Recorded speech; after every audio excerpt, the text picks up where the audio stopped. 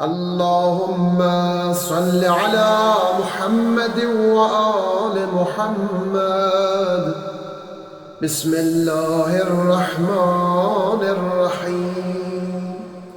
اللهم طهرني فيه من الدنس والأقذار، وصبرني فيه على كائنات الأقدار، ووفقني فيه للتقى وصحبة الأبرار، بعونك يا قرة عين المساكين.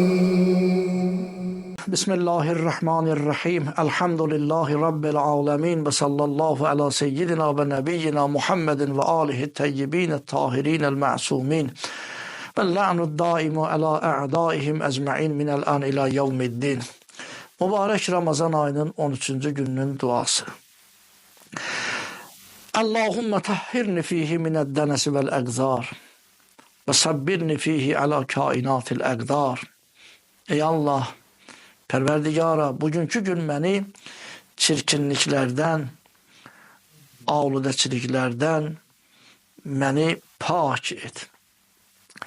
Birinci istəyimiz Allah'tan paşlıq oldu. Tahhirni sözün kökü təharətdir. Təharət yəni paşlıq. Allah məni hər növ, bütün çirkinliklərdən, ağludəçiliklərdən, bulanışıqdan məni pak et. Allah Teala pak insanları sevir. Kur'an-ı Kerim'de Allah Teala buyurur: "Vallahu yuhibbul muttahhirin." Allah Teala pak insanları sevir. Özlerini pak edenleri, səy edip paklığa nail olanları Allah Teala sevir. Veyahut başka bir ayet-i şerifede "Ricalun yuhibbuna en yetetehherun." Tevbe suresinde bir para kişiler var ki onlar paklanmağı sevirler. Veyahut Xatamul Enbiya Hazret Peygamber sallallahu aleyhi ve aleyh ve onun pak ehli beytinin hususundan nazil olan ayelerden biri Ehzab suresinde "İnnemâ yuridullahu liyuzhibe ankumur ritse ehlel beyt ve yutahhirakum tethira." Ey ehli beyt, ey peygamberin ehli beyti, peygamber ve onun ehli beyti, Allah'ın iradesi budur, bundan gayri değil. Allah bunu istiyor ki, iradesi budur ki bütün çirkinlikleri sizden uzak etmek ve sizleri pakize karar vermek. Ki Allah Xatamul Enbiya Hazret Peygamber Aleyhisselam'dan her növ ritz hem zahiri hem batini çirkinliklere değildir. Bütün çirkinlikleri Peygamber ve onun ehli beytinden uzak edibdir. Onları pakize karar verir. Ve bugünkü günde Allah'tan ilk dileğimiz, evvelinci isteğimiz bu oldu ki Allah bizleri pak insanlardan karar ver. Her növ çirkinliklerden, ağludəçiliklerden Allah bizi pak etkilem. Değerli bazı kardeşlerim, təharət iki cürdür. Ki Allah'tan istedik tahhirni, Allah beni pak et. İki cür təharət var. Var zahiri təharət, zahiri paklıq, bir de var batini, mənəvi paklıq. Mənəvi paklıq zahiri paklıqdan da önemlidir. İlk evvel o önemlidir. Zahiri paklığa nə ilə nail olmaq? Belki su, yani pak ediciler var ki onlara mütəhhirat deyilir. Su, güneş, torpaq, od ve ilahir ki bunlar mütəhhirat pak edicilerdir. İnsanın zahirini, libası, eşyaları pak edir. İnsan özünü pak edir bunlar vasıtasıyla. Zahiri ağludəçiliklərdən, çirkinliklərdən, nəcasətdən. Bəs insanın batinin nə ilə pak etmək olar? Mənəvi cəhətdən insanı paklaşdıran, saflaşdıran amillər, mütəhhirat, pak edicilər hansılardır? Vacibat və müstəhəbbat. Vacibləri yerinə yetirmək, müstəhəbbatı yerinə yetirmək, bunlar insanın batinini pak edən səbəblərdir, amillərdir. İnsanın mənəviyyatını pak edirlər. Belə ki, Hazret Peygamber sallallahu aleyhi ve aleyh buyurubdur namaz hakkındaki: namaz ey insanlar ona benzer ki sanki bir şəxs 5 dəfə gün ərzində 5 dəfə çayda çimərsə. Yəni bir kəsin belə deyək həyətində, yaxınlığında çay var. Bir kəs o çayda, bulaqda 5 dəfə çimərsə, necə ki onun bədənində, onun zahirində çirkinlik qalmaz, pis qoxulardan, çirkinliklərdən onu pak edər, təmizləyər. Eləcə də qıldığımız namazlar o cürədir. Həzrət buyurur ki, namaz sizləri paklaşdırar. Və yaxud xumus, zəkat haqqında, yəni vacibi və müstəhəbbi əməllər ki var, onların hamısı insanı mənəvi cəhətdən pak edəndir. Zəkat haqqında ayə nazil olub, xumus zəkat haqqında, ey Peyğəmbər, xuz min əmvalihim sədəqə, tutəhhirhum və tuzəkkihim biha. Onlardan al sədəqə, vacibi sədəqələr, yəni zəkat, xumus zəkat, onlardan al və onları pak elə. O sədəqə, o zəkat vasitəsilə onları paklaşdır, pak elə. Və sallə aleyhim innə sələtəkə səkənun.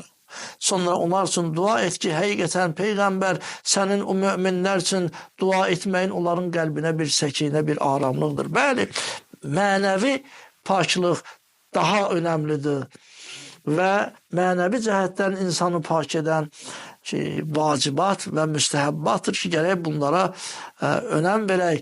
Mübarək Ramazan ayının orucu insanı mənəvi cəhətdən saflaşdıran, paklaşdıran bir səbəblərdən, amillərdən biridir. Və ikinci istəyimiz, hacətimiz Allahdan bu oldu ki, və səbbirni fihi əla kainatil əqdar. Ey Allah, bugünkü gündə qarşıya gələ biləcək, həyatda baş verə biləcək mənimlə bütün o hadisələrdə mənə səbir ver. Allahdan səbir dilirik.